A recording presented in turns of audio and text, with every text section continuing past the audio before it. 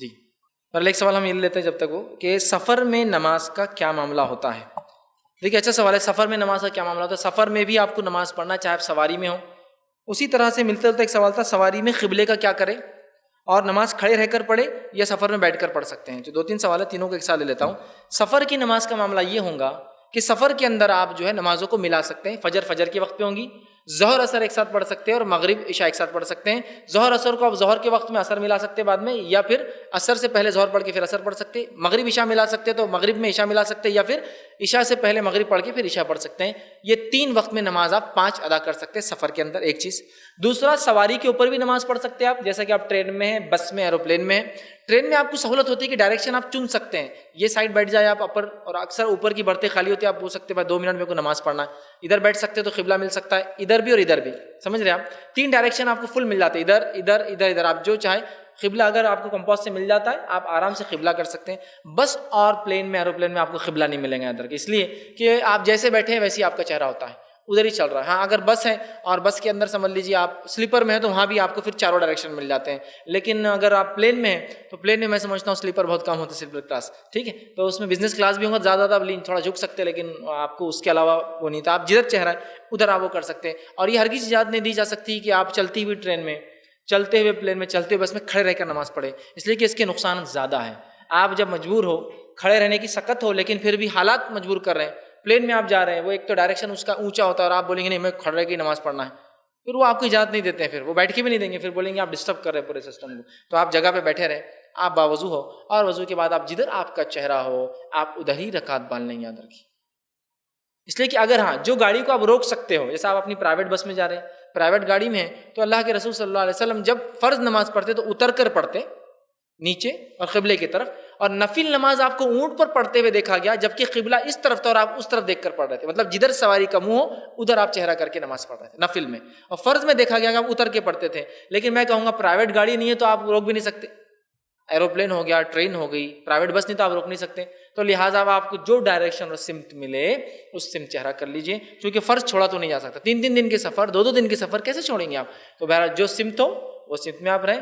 وضو کر لیں، ایک وضو کر لے تو آپ کی ہو سکتی. اب پانی کی قلت کا مسئلہ بھی ہوتا ہے سفر میں.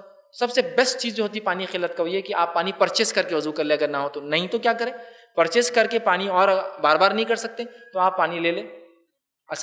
آپ انتظار کریں عصر کے وقت تک، پھر آپ عصر کے وقت میں ظہر پڑھیں اور عصر پڑھیں.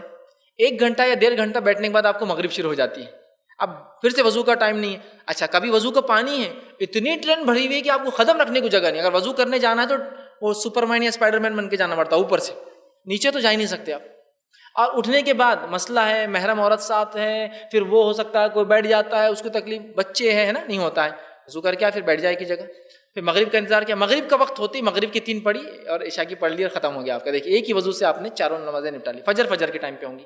یہ 2 ٹائموں میں آگے پیچھے کرے تو یہ بھی بہت آسانی سے ہو جاتی ہے. ٹھیک. اب وضو کا پانی کا مسئلہ ہے تو میں لوگوں کو کہتا ہوں کٹ، نماز کٹ اپنے ساتھ رکھیے. ایک مصلی چھوٹا سا پتلا، کو موٹی جانماز ضرورت نہیں کہ بہت جگہ لیتی، پتلا آتا پلاسٹک کا تاکہ کہیں بھی بھج جائے. دوسرا آپ ہمیشہ اپنے ساتھ اینٹ رکھیے، اچھی گھسی ہوئی، اچھے شیپ میں کر کے، ٹیڑھی مڑی مت رکھیے ورنہ گورنمنٹ ایجنسی سمجھیں گے کچھ تو بھی اینٹک پیس تو لے آ رہا، پھر اس کی چیکنگ شروع ہو جاتی کیا ہے بول کر. شیپ میں کر سکتے اس کو. یا پھر سب سے بیسٹ چیز چاک پیس ہوتے ہیں طہارت کے لیے، اگر پانی کا مسئلہ چاک پیس رکھ لیجیے کٹ. تیمم کے لیے مسئلہ ہے، مٹی نہیں ملیں گی، پانی کا مسئلہ ہے تو تیمم کے لیے مٹی چھان کے اب بھر لیجیے پیکٹ میں تیمم کٹ ساتھ آپ کے رکھا ہوا ہے. پانی کا مسئلہ کوئی مسئلہ نہیں، مٹی ڈالی اپنی تیمم ہو گیا. طہارت کا مسئلہ پانی نہیں، کوئی مسئلہ نہیں، اپنے چاک آپ نے جو ہے آپ کا کٹ تیار ہے نا ہر جگہ، چونکہ نماز کی حفاظت کرتا ہے ایک مومن، یاد رکھتا ہے، وقتوں کو یاد رکھتا ہے، اور جہاں ہو بہرحال آپ وہ کر سکتے ہیں. بہت ساری جگہ نماز کی آج کل سہولتیں ہوتی ہیں، لیکن نہ ہو تو آپ یہ کریں تو نہ آپ کو قبلے کا مسئلہ ہے. اللہ نے وقت کی سہولت دے دی آپ کو، 2 نمازیں آپ پڑھ سکتے ہیں، اور فجر کے وقت ظہر اثر ایک ساتھ، مغرب عشاء ایک ساتھ پڑھ سکتے ہیں.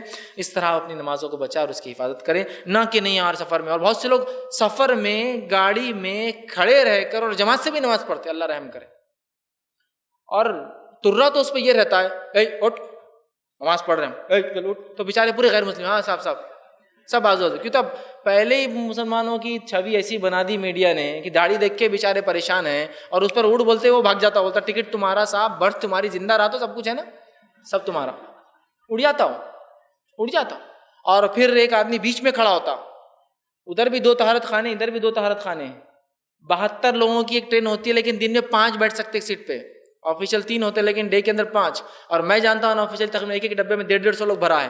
کسی نہ کسی کو طہارت کی ضرورت ہے, ڈائبٹک پیشنٹ ہو سکتا ہے, کسی نے اپنی جو ہے بلڈ پریشر کی دوا لی ہوئی جس سے اس کو پیشاب بار بار آ سکتا ہے, چھوٹے بچے پیشاب کر سکتے ہیں, اور آپ جماعت سے نماز پڑھائیں گے تو کیا ان اتنے لوگوں کے حق نہیں مار رہے ہیں آپ؟ ایک مرتبہ ایک واقعہ میں نے دیکھا کہ ایک صاحب کھڑے ہو گئے جماعت بنا کے, میں نے کہا جماعت نہیں بنانے کی ضرورت, کھڑے ہو گئے اور ایک چھوٹے سے بچے نے پیخانہ کر دیا. اب وہ نان مسلم عورت پریشان, اور جو کھڑے رہتے گارڈ بھی رکھ دیتے وہ بات چل رہی, عورت نہیں جا سکتی سامنے سے, وہ پریشان, اس کے بعد ڈائپر نہیں, مطلب کوئی ایسی چیز نہیں, وہ غریب عورت کی صفائی کر لے.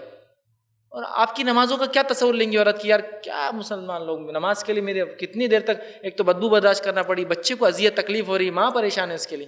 یہ آپ کا کام نہیں, یہ کام نہیں آپ کا.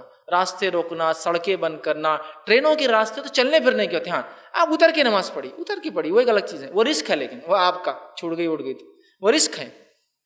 جب سہولت دی جا رہی ہے شریعت میں تو آپ کیوں رسک لینا چاہتے ہیں؟ ٹھیک, اور کتنے دن آپ ایسا عمل کر سکیں گے؟ ایسی جماعتوں سے نمازیں چھوٹ جاتی ہیں.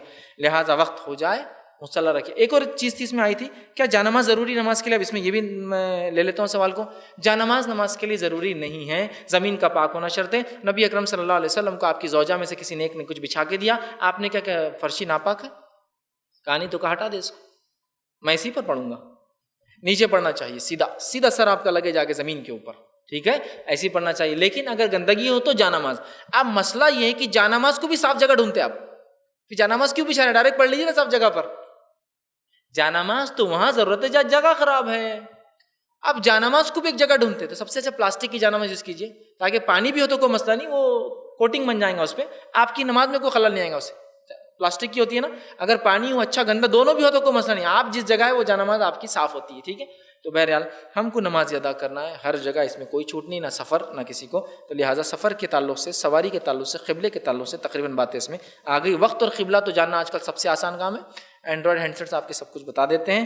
ٹائم ٹیبل ہوتا ہے, سن رائز سن سیٹ, آپ پلین میں بھی ہو کہیں بھی ہو پوچھیے, وہ بتائیں گے سن رائز یہ ہے, سن سیٹ یہ ہے, سن سیٹ کو کتنا باقی ٹائم ہے, سن رائز کب ہے, وہ سب آپ پوچھ بھی سکتے ہیں. بہت آسانی سے اپنے دین پر ہم سفر میں بھی عمل کر سکتے ہیں. جی السلام علیکم.